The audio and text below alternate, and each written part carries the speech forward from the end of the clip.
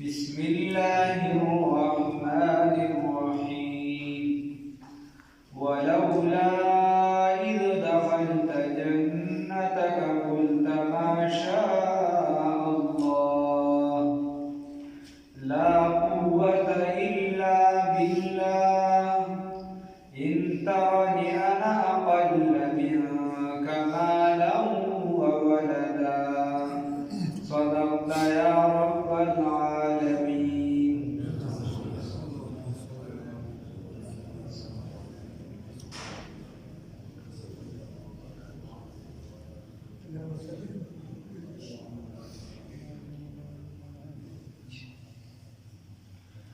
خبره دا ده نیمه واقعه باندې تېره شوې وه چې دوه وروڼه یهوذا یا قرطوس یا فرطوس. یهوذا مسلمان و دا قرطوس چې دی دا کافر و. د پلار نه ورته 8,000 روپۍ پاتې شوې دینار. نو د یو ورور چې دی ټول صدقه کړه او د بل ورور پرې باغ وغیره واخیسته. هغې کې ده ته ډېره ګټه میلاو شوه، باغونه یې ښه شول، نورې مېوې وغیره وې. ډېر ښه باغ یې بیا د باغې باندې غرور او تکبر شروع کړو او د الله رب العزت سره شریک وګرځو بل ذات. د الله وحدانیت یې پرېښودو، د هغه وحدانیت منل یې پرېښودل. نو الله رب العزت د ده په ورور په زړه کې یا ور واچوله، یا چې چونکې معمول وي د مسلمان دا طریقه وي، ده ورته د خیر خبرې څه وکړلې او ده دې چونکې څه یا طلب هم کړل، هغه ورته انکار وکړه. نو اول ورته د ورور بالا خبرې وکړې چې ګوره ته خدای پاک د دې څیز نه پیدا کړی وي، د نطفې نه پیدا کړی وي، د خورې نه پیدا کړی وي، دا کار نو ده او ته داسې ډایرکټ یې ورته دا ونه وایې چې باغ داسې باغ هغسې، ځکه هغه ته پته وه چې دا د نر زامن دي، دا خو د پیسو کیسې چې ورته نورې کې نو دا نور هم ورپسې خوږېږي، د دې ذهن کې خو نور هم تکبر زیاتېږي. نو راشه دې ورله لومبې داسې خبرې وکړې، بیا ورله اخره کې باغ ته راغی. نو د هغه چې کله باغ ته دننه کېده نو دې غریب باندې ډېر تکبر خو غریب ته یې وایي چې زما خو هر څه زیات دي، مال دی وغیره. دا ورور ورته وایي دا غریب مسلمان وایي ولولا ولې نه تا داسې ولې ونه کړل اس په هغه وخت کې دخلته جنتک چې ته داخل شوې باغ ته، چې ته د باغ ته داخل شې نو تا به ویلو قلته تا به ویلو ماشاء الله ماشاء الله، چې څه وغواړي الله ربالعزت، چې څه وغواړي الله ربالعزت. لا قوت نشته دی قوت الا بالله مگر صرف یو الله، لا قوت نشته چا لره دی صرف یو الله ربالعزت لره دی. ان ترنی که چېرته ته ویني ما لره انا چې زه اقل کمزور یم کم یم منکه ستا نه مالا په اعتبار د مال سره و ولده او په اعتبار د اولاد سره، چې موږ افراد هم کم یو او مال چې دی نو هغه هم څه نشته، ته ما په دې وجه ته وایې چې ته کم یې. نو دی ورته وایي چې غریبه ده الله ربالعزت به ما لره راکړي، مال به راکړي الله، او دکه شان چې دی الله ربالعزت به ستا په باغ باندې څه عذاب راولي، تندر به پرې رانازل کړي او کیسه به ختمه شي فتصبح صعیدا زلقا، اوار مین میدان به وګرځي ښویېدلې. چې کوم میدان ښویېدلې به یې اوس څه کېږي راکېږي نه، نو بیا به په باغ ووایه چې کومه ځمکه تندر وایي په غریبان ما د کار قابل خو نه شي، نو بیا به په دې ځمکه باندې څه کېږي نه ګورئ. خیر دور سره دا خبرې وکړو چې بیا به غرور تکبر کړي. نو الله ربالعزت فرمایي واحیط بثمره فاصبح یقلب کفیه علی ما انفقه وهی خاویة علی عروشها. الله ربالعزت فرمایي چې څنګه شپه شوله نو د ده دا باغ چې دی دا یو عذاب راټینګ کړ، یا اور راټینګ کړ، یا مختلف بل قسم یو عذاب، دغه باغ یې راګېنه ګیر چاپېره شو او تندر پرې یا راغی او دغه باغ یې د دې قابل پرې نه ښوده چې دې کې کرونده وشي. کیسې ورله ټوله ختمه کړله او خراب شو. چې دې کله راغی او داسې خراب شو، الله ربالعزت وایي وهي خاویة علی عروشها، چې دا باغ را پرېوته په خپلو چتونو باندې. دیوالونه میوالونه یا چې دې چپر وغیره چې کوم ده دغه لپاره وي داسې انګورو دپاره هغه چې په هغې باندې راپرېوتل او کیسې مکمله ختمه شوه نو ده بیا ویقول ده ویل یا لیتني ای افسوس دی ماله لم اشرک بربي احدا چې ما خدای سره له څوک شریک جوړ کړی دی. اوس خبره دا ده نورې خبرې پکې شته وي به دې سره الله رب العزت فرمایي ورته داور ورته وایي دغه خبره کوي الله ولولا تا داسې ولې ونه کړل اصبح هغه وخت چې دخلته چې ته داخل شوي جنتک باغ خپل ته یا داسې وایي اذ دخلته جنتک په هغه وخت کې چې ته داخل شي باغ ته لولا قلت ولې ونه ویل ته ما شاء الله ما شاء الله چې څه غواړي الله رب العزت لا قوت نشته دی قوت الا بالله مگر صرف یو الله رب العزت دی. نو حدیث شریف کې راځي نبی کریم صلی الله علیه وسلم فرمایي وایي تاسو ته د جنت د خزانونه او د عرش د خزانونه ښیي صحابه ورته وښایه راته به د خیر خبره نه پرېښودله موږ خو نن د خیر خلکو له دعوت ورکړو بیا هم راله نه راځي او دعوت ته ورکړه څه ټیم په کال کې ورته ته ووایه چې ستا بچی دی ستا کشر دی د ده به مثال په ده غول متیاز یم بعضې ټیم استادان چې دی پاک کوي دا موږ خپله تاسو هم وینئ هر څوک یې ویني خو په کال کې ورله دې وایي چې دا یوه ورځ نه خیر نو خبره دا الله رب العزت رسول الله صلی الله علیه وسلم ورته فرمایي وایي تاسو ته بهترین شي وایي تاسو ته د عرش د خزانونه او د جنت د خزانونه ونښې هغې ورته وښایه راته یا رسول الله صلی الله علیه وسلم نو رسول الله صلی الله علیه وسلم ورته وایي لا حول ولا قوة الا بالله لا حول ولا قوة الا بالله. نو خبره دا ده بل حدیث کې راځي نبی کریم صلی الله علیه وسلم فرمایي نظر لګېدل حق دي څه شي نظر لګېدل حق دي او د دې علاج چې دی هغه هم شته د دې علاج دم دی ها د دې علاج څه دی دم د حدیث کې راځي بیا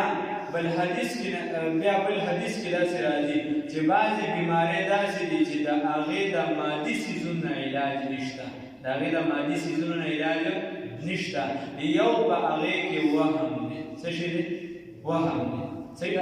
هم دی هم یو په هغې کې هم دی او په هم کې یوه بیماري دا هم ده هغې کې بیا مختلفې بیمارۍ راځي یو پکې دا هم ده چې سړي ته مختلف قسمه وسوسې راځي دغلته به دوه کسان ولاړې دي دلته ذهن کې وایي چې هغوی به خپلو کې خبرې کوي دې به دلته وایي چې دې به زما مرګ ته منصوبه جوړوي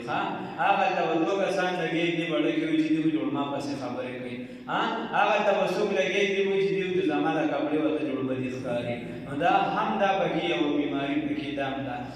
د نظر او د دغې بیمارو علاج نبي کریم صلی الله علیه وسلم فرمایي وي دا ده ما شاء الله لا قوة الا بالله چې څوک دا وایي دا د هغې علاج دی وایي چې د چا نظر لګېدل حق دی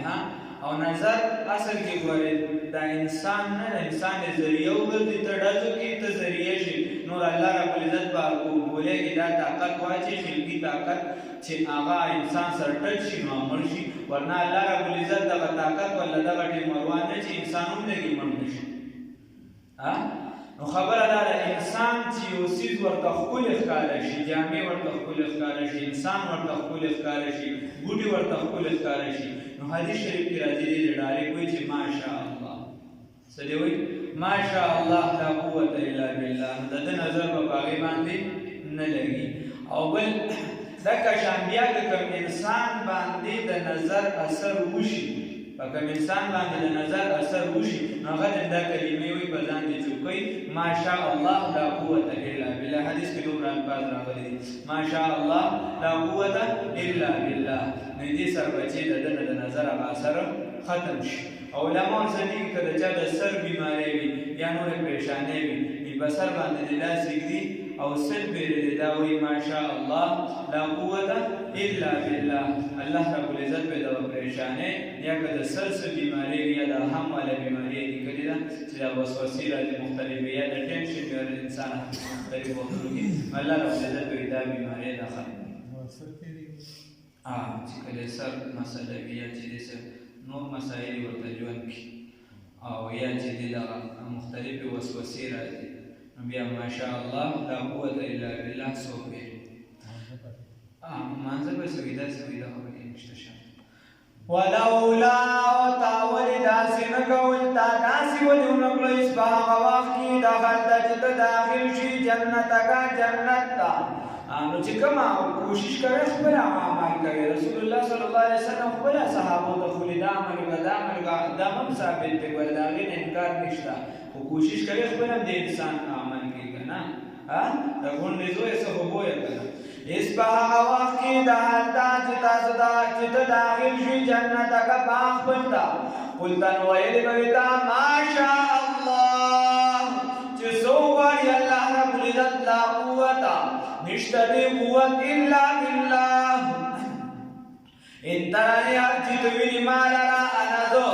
اقل منك چې کم یمستان مالا په اعتبار د مال سره او ولدا او په اعتبار د اولاد سره فعسى قريبا ربي رب زما ان يؤتيني فمانا ان يؤتيني چراغ بما خيرا ورا من جنتك تباستانا دی ورته وی دا مسلمانو وی قریب چې الله رب العزت ما تراکی ورا من جنتك تباستانا ويرسل اور نازل کی علیها فباق استاغان حسبانا تندر یا چې دی عذاب من السماء د اسمان د جانبنا فتصبحان وبګرځي د باس صعيدا میدان زلقا خویا ویدون کی یا سبا او یصبحا یا وګرځي ماها وبددي غورا جوړي لاندې وچی وې دا وبې چې وچی شي دا ورته وي خان فلن تستطيع بس وطاقت من لري له دلغو طلبا لراؤخلو دا هو دومره لاندې لکشي دا د نه د وجه آباد دا هو دا انباغ الله رب العزت به وبلاندې بوزي وبه وچی کی نو بیا به دا طاقت نه لري چې دا هو واپس راوباسي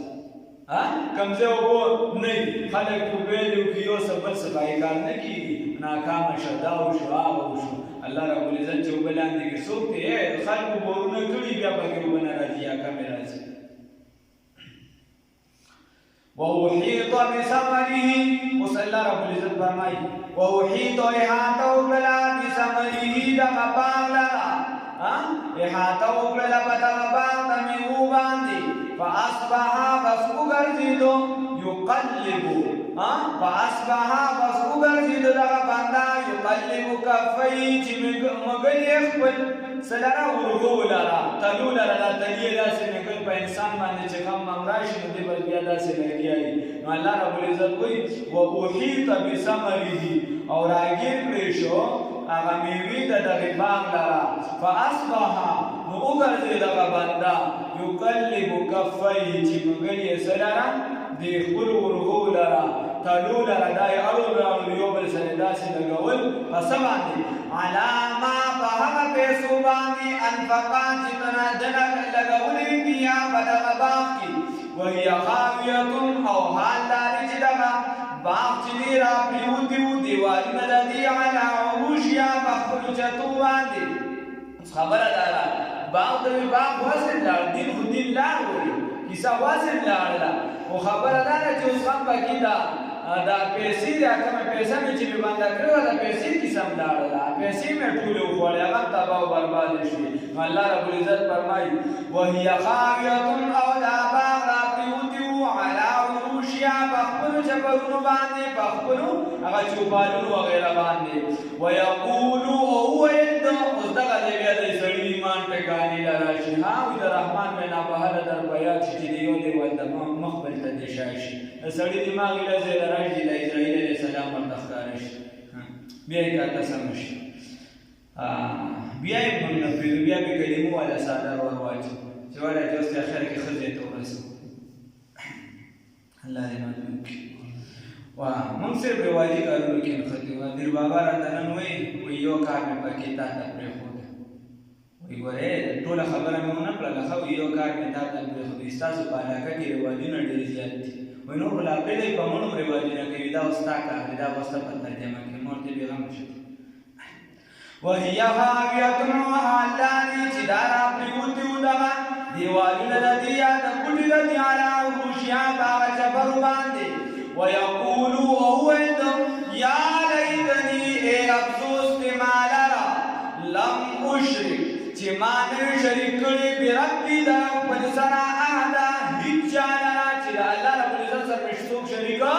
نه وي ګرځولی الله رب العزت دې موږ ته استقامت په توحید باندې را نصیب کړي ولم تکن له اذکره دغه اول دا خبره کوله چې زما مال هم زیات دی اولاد هم زیات دی دا نو چې پیسې در سره دي نو اولاد دې په کار راځي خپل بچي درنه تختی مفتي ضروري خان صاحب رحمه الله تعالی رحمة واسعه هغه فرمایل چې ما دا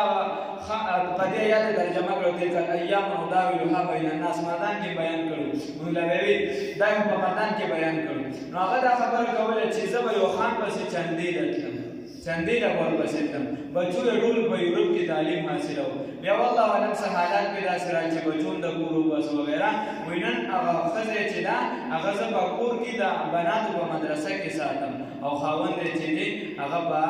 مدرسې په ګیټ څوکیدار او خانان زه ورپسې چندې راتلم مدرسې له مې چنده وغوښتل نو چې کله راته مال نو بیا دلته نوکران څه کوي بیا دلته دوستان څه کوي ولم تکن له ونو د دپاره بیا کوم څه ډله ینصرونه چې امداد یې کړی وي د ده من دون الله علاوه د الله تعالی نه یا په مقابله د الله تعالی کې وما کان منتصرا او نو دی مدد کوونکي د خپل ځان سره دی د خپل ځان سره مدد نشي کولی د الله په مقابله کې ویسو کړو یا داسې ووایه وما کان منتصرا او نو دی انتقام غوښتونکي انتقام یې نشي اخیستی د الله نه بس انتقام واخلي د فرعون په شان خر خو نو چې د دې نه غشي تیارول اسمان طرف نه ویشتل دونه هم نو لکه ګزاره کوله وایي زه د الله مقابله کوم حجاب نعوذ بالله من ذلک نو الله وایي هنالک الولایة په دغه ځای کې ټول اختیارات یا په داسې موقع باندې په داسې وخت یا په داسې ځای کې ټول اختیارات لله ثابت دي هذا الله لره الحق رښتونی هو دغه الله تعالی خیر ولدي ثوابا په اعتبار د بدلي سره وخیر ولدي عقبا په اعتبار د ښه نتیجې سره الله رب العزت بهترینه بدله ورکوي ثواب ورکوي انسان له لږ عمل وکړي الله رب العزت به ډېر څه درکوي او الله رب العزت ته لږ عمل وکړي الله به له ښه نتیجه مرتب کړي الله رب العزت هنالک الولایة په دغه ځای یا د قیامت سره هم لګولی شي چې هلته به الله رب العزت کې اختیارمند بیا ټول انسان له بیا هېڅ هم نشته دلته ورته اختیار دی او هلته به اختیار چا له وي بې الله ده هنالک الولایة په دغه ځای کې به اختیار لله الحق واس الله رب العزت لره دي دا حق دي رښتوني دي هو خیر دغه الله رب العزت هو خیر ثوابا هغه بهتر دي د ثواب په اعتبار سره غوره دي د ثواب په اعتبار سره غوره دي د بدلي په اعتبار سره وخیر عقبا او غوره دي د نتیجې په اعتبار سره د ښه نتیجې په اعتبار سره نو الله رب العزت دې زموږ دپاره د آخرت کور بهترین وګرځوي والله دنیا کې د راحت او خوشحالۍ زندګي رانصیب کړي